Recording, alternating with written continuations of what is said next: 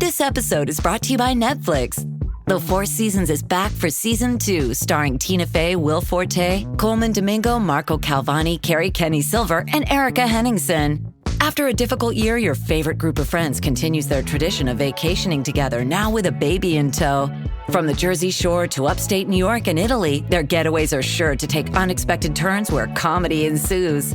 Watch The Four Seasons May 28th only on Netflix. Adobe Firefly is the all-in-one creative studio with AI-powered image and video editing for today's creative process. Built for creators of every kind, Firefly helps you generate, edit, and experiment fast. Because the asks aren't getting smaller, the budgets aren't getting bigger, and the timelines, oh yeah, still tight. With all the best creative AI models in one place, Firefly brings your ideas to life. Unlock a better way to make with Adobe Firefly. Amazon presents Jeff versus Taco Truck Salsa. Whether it's Verde, Roja, or the orange one. For Jeff, trying any salsa is like playing Russian roulette with a flamethrower. Luckily, Jeff saved with Amazon and stocked up on antacids, ginger tea, and milk. Habanero? More like habanero, yes. Save the everyday with Amazon.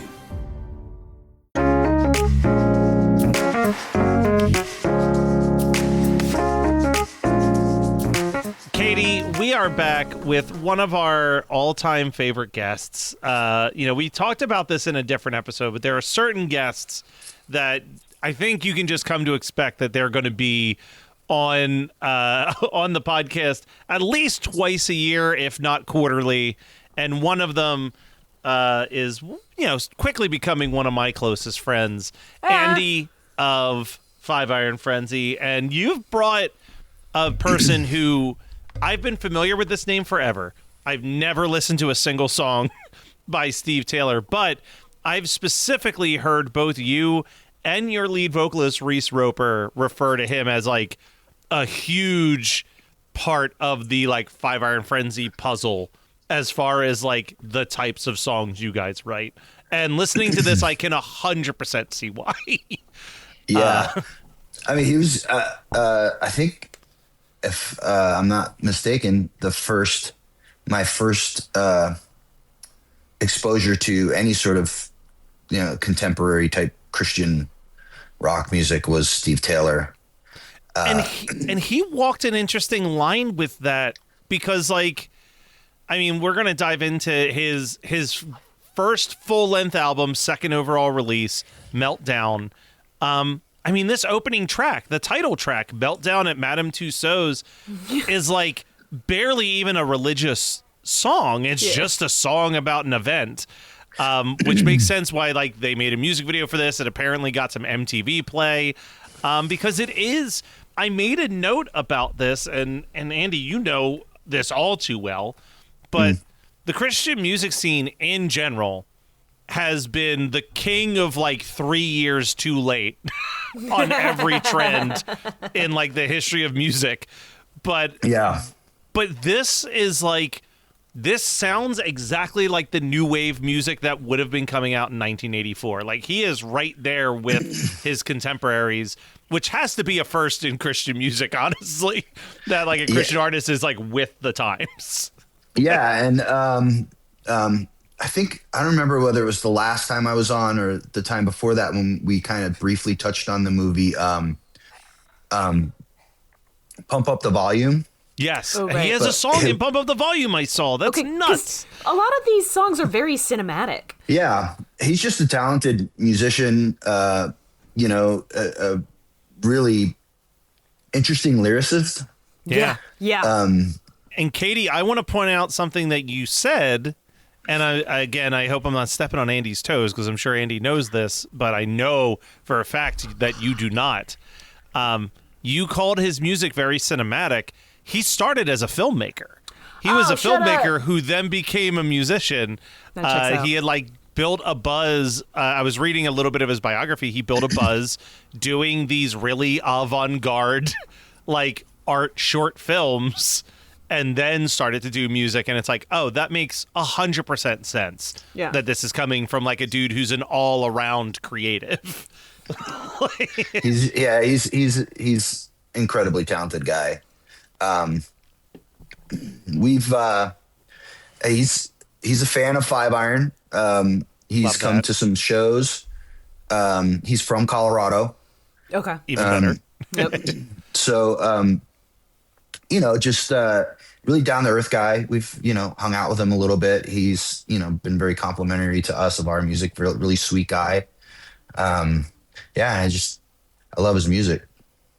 So, I mean, I can already tell. Like, I looked up some factoids about some of these songs, right? And there are at least 4 songs that specifically get called out for their themes. And just looking at what those themes are on this album, like, I think that you had told me, you're like, I really want to do Steve Taylor because I think you'll see the blueprint that leads to the types of songs that Five Iron felt 100%. motivated to do. Yeah. And, we briefly mentioned Meltdown, but then we get to the second song. I want to start with the second song, honestly. Yeah. Which is probably my favorite song on the album.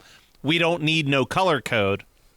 This song, the first thing I wrote down before I realized what the song was about, I was like, oh, this is an excellent use of the Bo Diddley beat, right? That's that infamous 50s rock guitar that you've heard in, like, I Want Candy and a million other.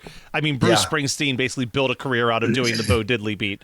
But then that has extra context to doing the Bo Diddley beat when you realize that this song is about discrimination, specifically Bob Jones University, which I learned all about. Then I had to deep dive into what Bob Jones University is, which that's a whole fucked up situation. Yeah. Katie, how much do you know about the Bob Jones? I don't know anything about this. I just wrote down in all caps, white supremacists eat their young. I was like, this is amazing. What is it? So Bob Jones University, from the research that I did, and Andy, if I miss anything major, please fill in the missing gaps. parts of the story. But basically, it was a private Christian school that for most of the 70s would not admit any black students to begin with.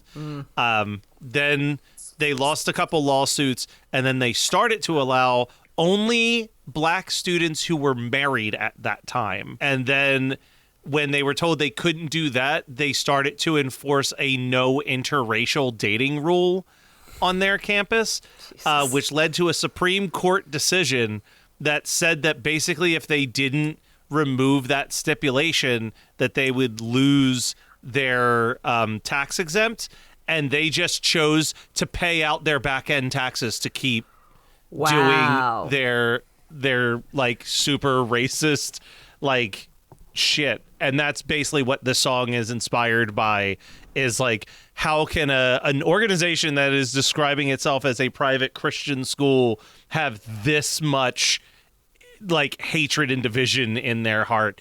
And like I said, setting it to a Bo Diddley beat just makes it that much better at delivering its overall message. This song I loved this song.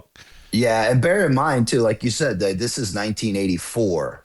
Yeah. So, it was pretty ballsy, for him to have songs like this, on a Christian label that are being sold in Christian bookstores. That kind of stuff was kind of, I don't want to say it was frowned upon, but like pushing envelopes and stuff like that wasn't really, he kind of paved the way for bands like Five Iron because, he was attacking these subjects and, and then He was punching up. paved the way for us to write songs like Milestone and Yeah. Well, and again, I guess the other lens is, you said, keep in mind this is 1984. Yeah. Keep in mind this is also his first full-length album. You know what I mean? So, like, again, we give, as much as we give credit to Five Iron for, like, track 1 on your first album is Old West, like, track 2 on your first full-length being this song is just as equally a ballsy move of, like, really planting your flag in the dirt and saying, this is what I stand for. This is who I am as a musician. Very, very cool. This guy is like, I will say that at the end of the day, I think I like the guy and the lyrics and the message more than some of the songs, especially the side A I loved. Side B, I feel like wasn't bad, but it fell into this like radio rock kind of cheesiness at a certain point.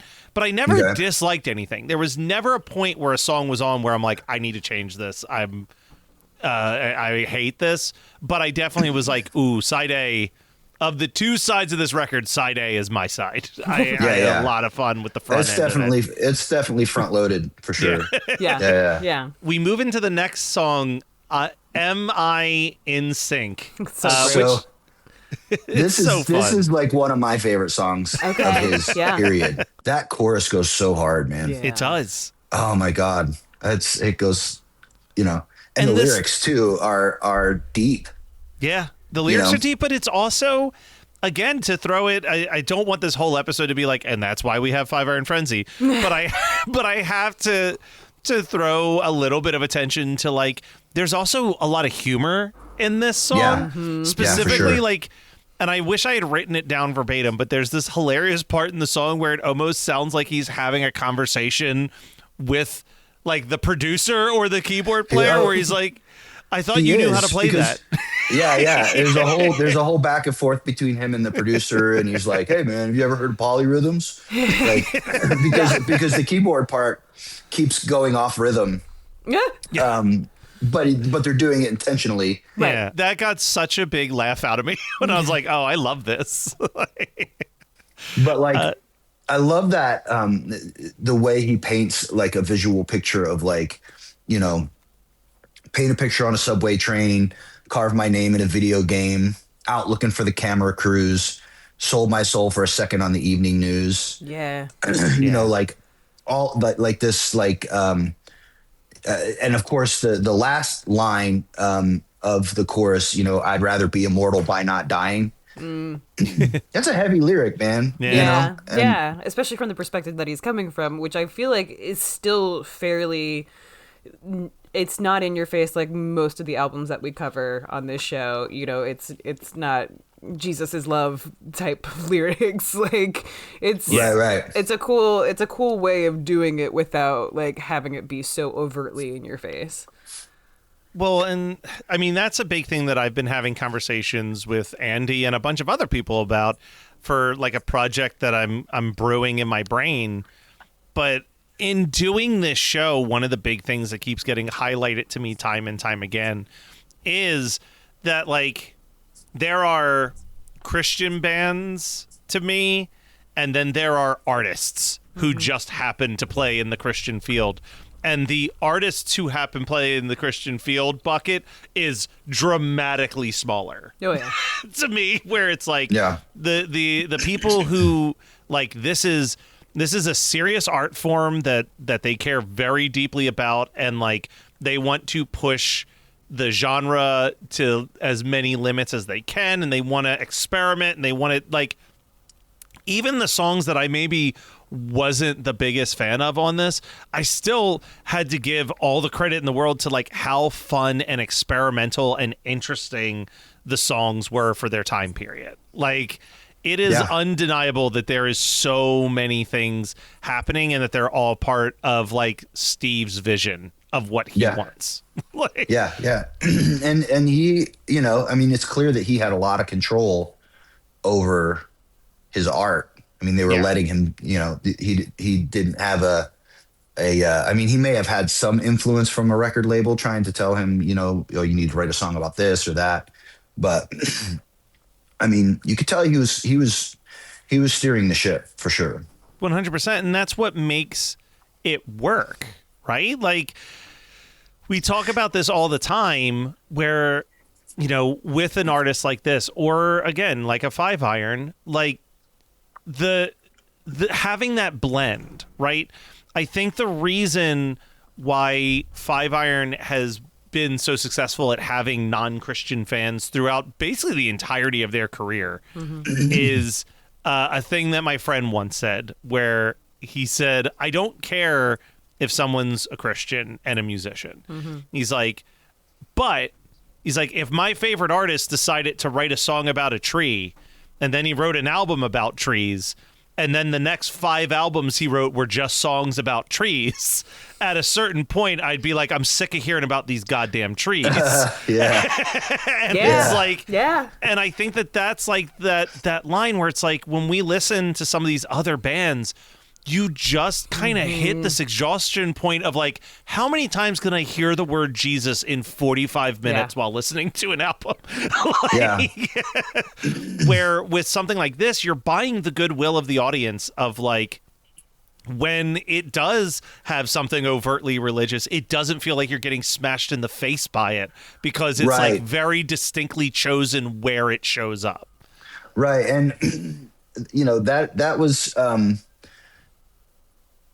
something that, you know, when I was growing up in that Pentecostal church that I grew up in, they were critical of Steve Taylor, you know, because not every song was a worship song. And, well, you know, he wrote songs about, you know, all kinds of stuff, racism, and, you know, and pop culture and stuff like that. Yeah. Well, I mean, I'm going to jump ahead because it's one of the, I'll be honest, most of side B, I like kind of was just listening and not writing down nearly as many notes. But with everything that you're talking about, the second song on side B, Guilty by Association, is a song basically specifically aimed at Jimmy Swaggart, but it's a song that condones evangelicals that abuse Christ's teaching and try to seek fame and money for themselves. And, you know, Steve, that song earned Steve a special shout out when when Swaggart went to write a book about the evils of Christian rock music. And surprisingly, he was not a fan of Steve Taylor. I can't imagine why. Yeah, right. Being called out doesn't seem to settle well with those. All the way up in through the 90s and the early 2000s, you know, it was the same thing. It's like, you know, rinse, repeat. Oh, these guys, you know, they're singing about, you know, Native Americans and stuff like that. They're not really singing about what we want them to sing about. So they're not really singing about part of our group. Yeah. I mean, we even had, when we had Heather and Val on from the W's, like, they were telling us the stories of people literally returning the CDs because it didn't reach their Jesus count. Right. Like, and I think it says crap on their album or suck. Yeah, they got in trouble for that. Yeah, they said suck on one of the songs. Yeah, and it's like, come on, give me a break. I actually remember having a pretty significant argument about that. One of my family members about that specific thing, about the fact that they say suck on the album. Really? And it's just like, and I was just like, are you kidding me? Like, I remember having a conversation with my dad when I was younger. I was just like, how bad that the word suck, like suck was a cuss word in our family when I was growing up. And it's just phenomenal to me what literature, what words, what language is used to be demonized, and then what acts are used to just be hidden under the rug. Well, it's also like, I think that there's this thing, and I've, you know, all of us, I think, grew up seeing it firsthand, which makes it all the more interesting to look at. But like, what the line is of appropriate and not appropriate has shifted. That goalpost has moved so many times in our timeline, because I obviously grew up watching like The Simpsons be the worst thing that you could let your kids watch. And then it was Beavis and Butthead. And then, I mean, South Park showed up and just like set that bar into the stratosphere on like what was acceptable for a cartoon. Boom. Yeah, like it's like it just blew the whole thing up. Oh yeah. But it was like, I distinctly remember like that it was controversial that my parents let me watch The Simpsons, and I'm like, they maybe say ass once an episode. Like it's so tame in the grand scheme of things. We got a lot of grief on our most recent album for have saying ass. Yeah. Oh wow. Yeah, I remember people referred to it as Assgate in the Facebook group. Assgate. I think more people were like, thought it was ridiculous that people were, you know, but we're talking. But you know about what? it. I remember. Yeah. As Andy knows, I've been listening to his lead singer's old podcast. Yes. And that came up on an episode, and I think I texted you directly, Katie. Yeah. Because I was like, you got to hear this quote. And it was like, he said something about that, like people getting upset about this word and just being like, you know what? If you've been on this ride with us for this long and this is the part where you want to get off the train, we don't need you. Go enjoy some Skillet or some audio adrenaline where you're never going to be challenged. You're never going to be forced to think about difficult topics ever again. To use your brain. Yeah, like if this is where you've said, well, that's just too far, then you clearly haven't been reading any of the lyrics we've been saying up until this moment, if ass is your breaking point. Right. Well, okay, so going back to the A side of this, the Meet the Press song, it's the fourth one on the album. Yes. I was like, I can't stop thinking about how sexy this saxophone is. I was like, and I wrote that down. I was like, I know the irony of saying that a Christian band is having a sexy ass saxophone, but that saxophone really fucking hits. Yeah. lyrics in that one are a little, it was 1984. Yeah. There was still some, heavy Christian evangelical themes going on there, but you could definitely see how that has become a problem in our modern day and age. Yeah. It was actually, honestly, he was just predicting it. Exactly, yeah. Yeah. The road to the NBA Finals ends here, with star guard setting the tone. The Cavs eye another upset, while the Knicks carry the dreams of all of New York.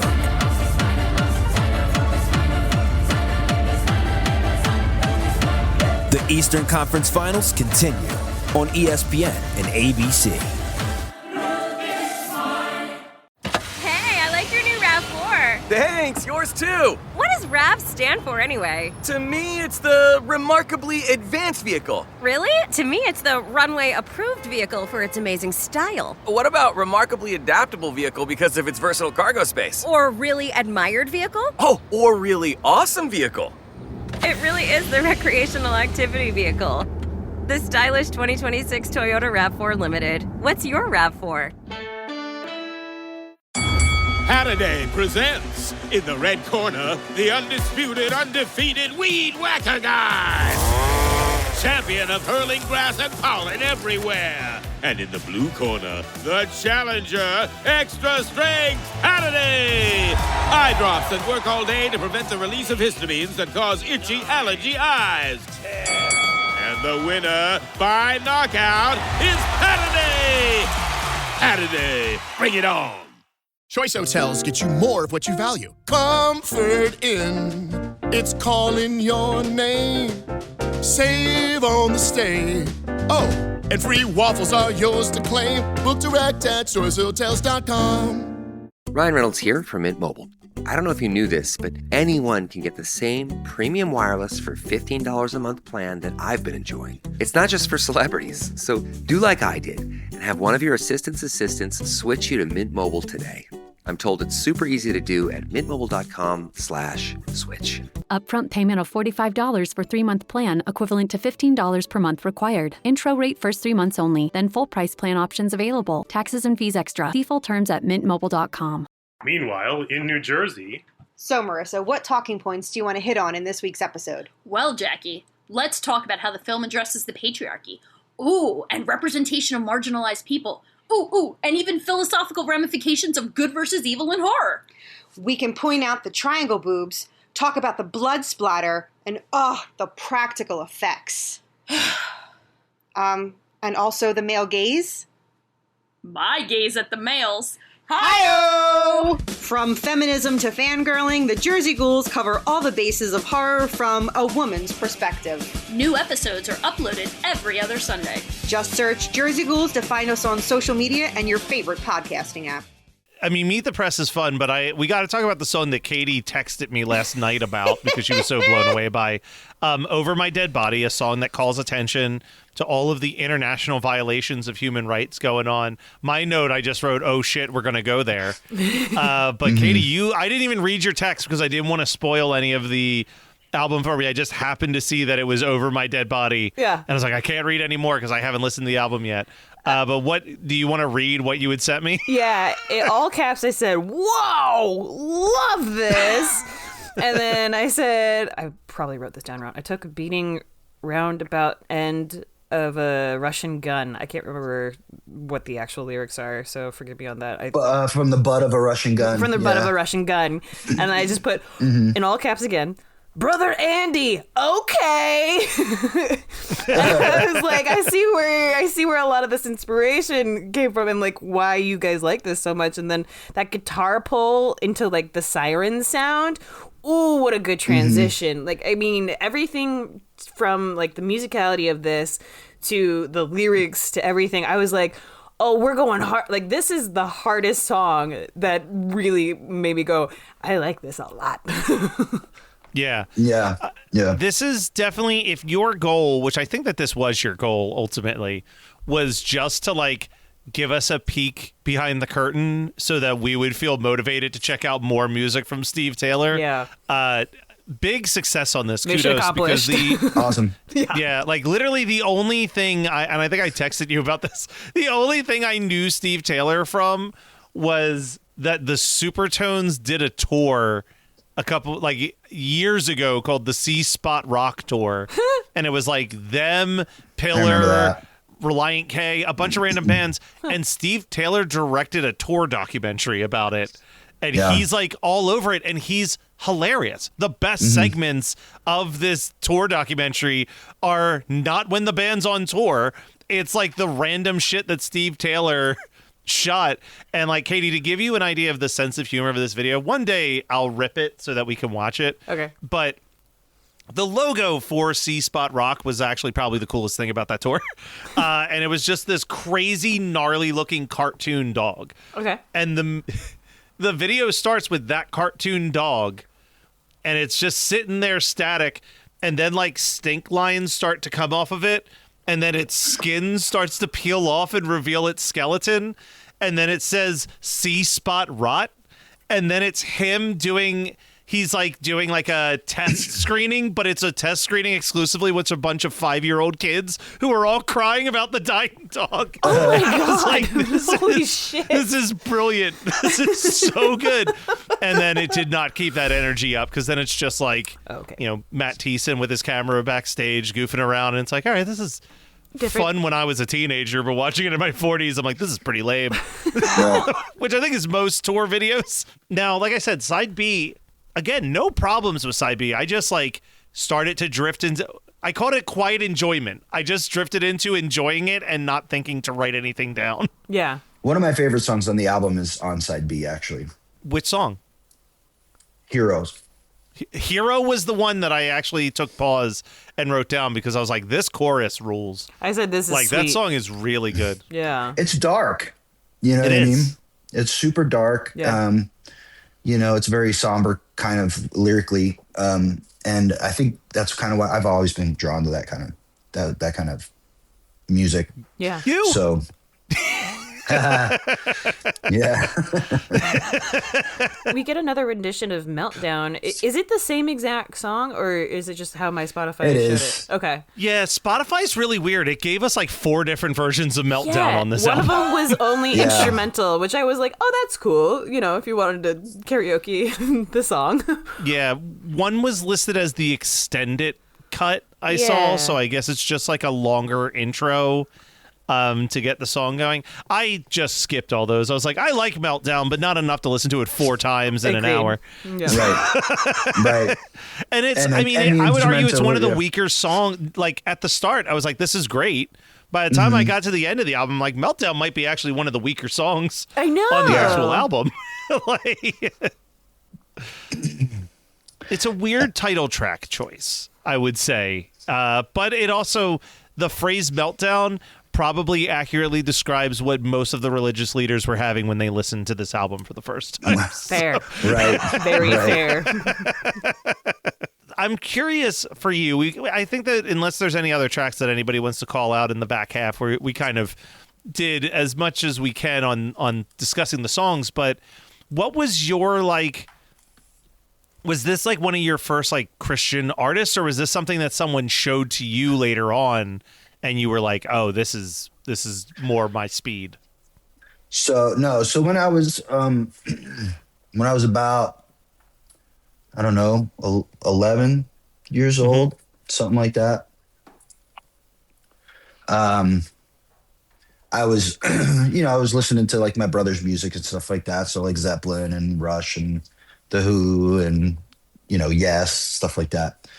And starting to get into some punk rock and stuff like that as well. And my sister and in-law, my brother had moved out to Denver, Colorado and started attending this church. And my sister-in-law sent me a tape just a bunch of stuff that she had dubbed for me to listen to. Okay. You've told us about this tape. So this was on the tape? Yeah. So it was Steve Taylor, I Want to Be a Clone. Okay. And I think it also had Meltdown on it. Some of the songs from Meltdown. It was a compilation that she put together. And then it had some Petra on it. Okay. As well. Some of the earlier Petra stuff. Okay. I mean, it might have even it had Res Band on it also. Maybe a little Larry Norman as well. That's kind of how I got into Steve Taylor. And then when we moved out to Colorado, I think I bought the album On the Fritz, which is the next album, which has a song on it called Lifeboat that I'd be interested to see what you think of. That song. It's I something think you else. texted me about that song one day when you were like, I think you were listening to a bunch of his music to figure out which album you wanted to pick. Aww. And you had specifically said the song Lifeboat's an interesting one. Ooh. Yeah. And I'd be interested to hear what your take is on that one. Yeah. And so I've always liked his music. And then, like in the late 80s, maybe earlier 90s, he had a project called Chagall Guevara. Yes, which that's the one that we were referring to was in Pump Up the Volume, one of the songs from that. Okay. Yeah. Right. And that album is fantastic as well. A little different. I was going to say, what genre would you place that one in comparatively to because this is pretty firmly new wave, but I don't want to say like post-punk. Okay. But in that general, because 91's such an awkward year of musical transition, so I wasn't sure if it was more on the grungy side, more on the tail end of new wave and post-punk side. So I'm struggling to find a comparison. Okay. That you would know. But I mean, it's worth a listen, that album. It's very, very good. And I think I saw either that they only did that one album or 20-something years later, he did a second album under that project. I've only heard the one. It's got so it might just be the cover, one. Green and gold.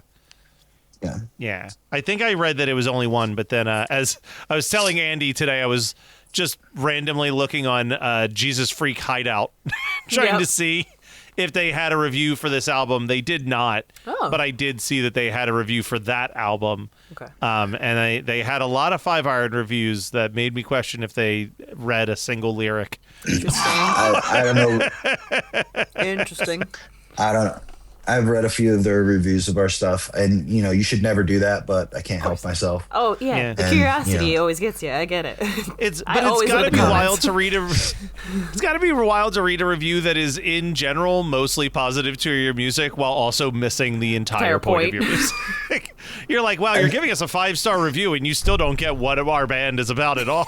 It's amazing. I think Jesus Freak Hideout was the one that gave bunch of believers like 5 stars or whatever their rating system is, and they gave all the hype like 1.5 stars or something like that. It showed all the hype at 3 stars, which was your lowest rated album on the site. But I was like, let's see what. And they also just did. I don't know. It was a fascinating peek behind the curtain for sure. Of being this is what music journalism looked like in 1998 on the internet. Yeah. Right. Yeah. And that's I'm not trying to I'm not trying to shit on a bunch of believers or whatever. I just no, it's a little bit to of a me it was just no. not You're more than welcome. Yeah. We're going in like a month for.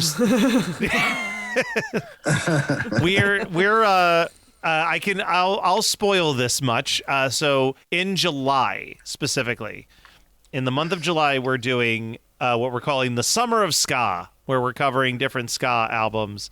And Caleb, who hosts a podcast called the Album Anniversary Podcast, I asked him if he wanted to be on for Ska Summer, and I wish I had his email in front of me, but he basically said, by nature, I try to see the good in everything. So I really don't feel comfortable doing a podcast called Christian Cringe. That is, unless you'll let me talk about how terrible the bunch of believers at Scott were.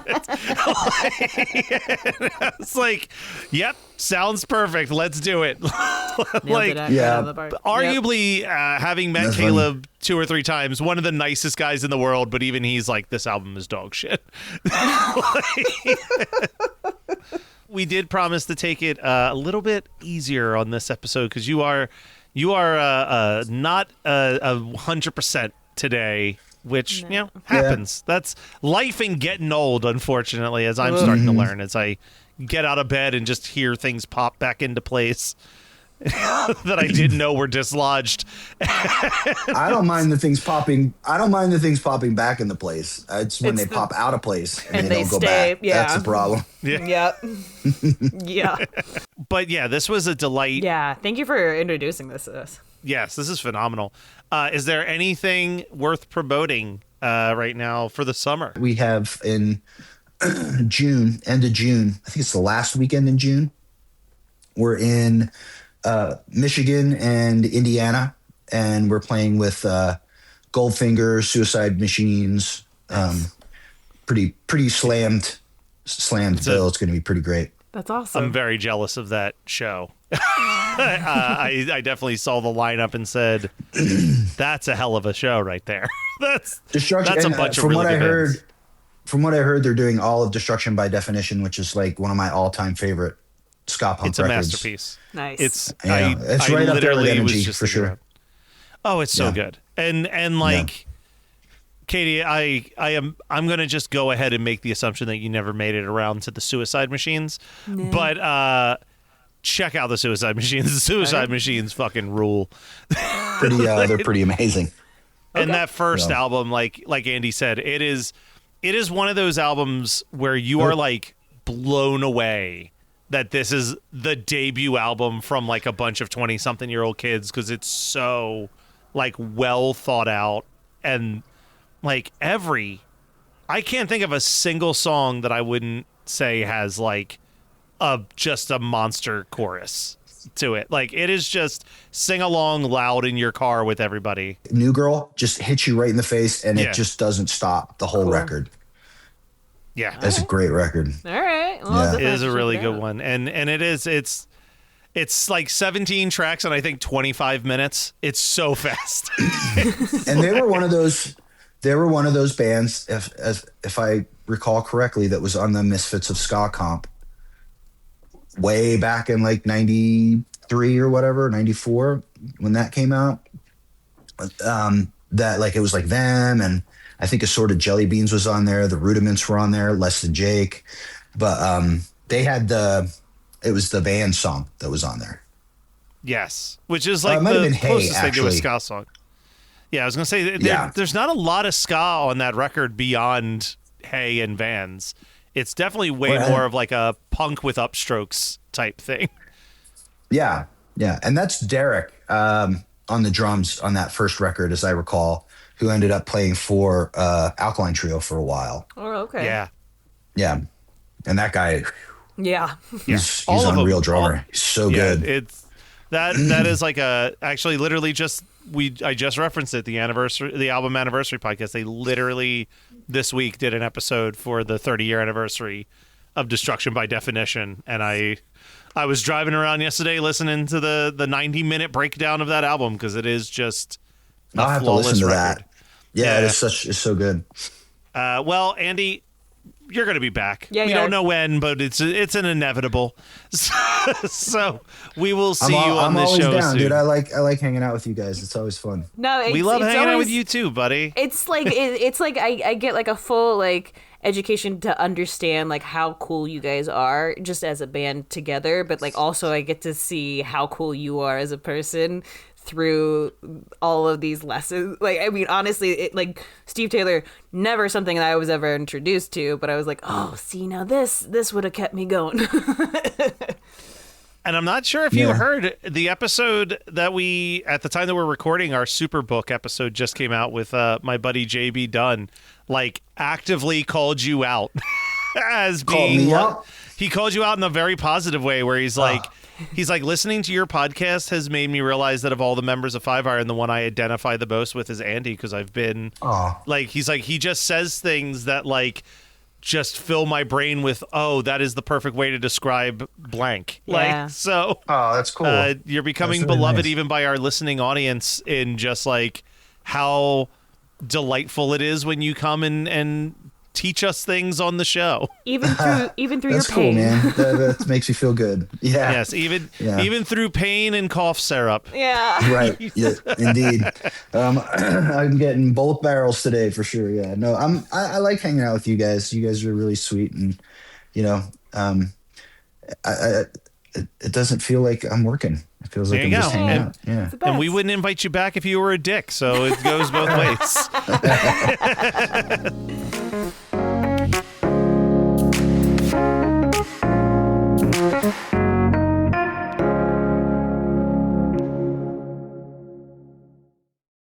This podcast is brought to you by Carvana. Selling your car should feel like one less thing on your list, not one more. With Carvana, it is. Just go to Carvana.com, enter your license plate or VIN, and get a real offer down to the penny. No back and forth, no surprises, just an experience you can trust. Like your offer? Accept it. Schedule pickup, and we'll come to you with a check in hand. Your car, your timeline, your terms. Visit Carvana.com to sell your car today. Carvana. Pickup fees may apply. You're listening to the Geekscape Network.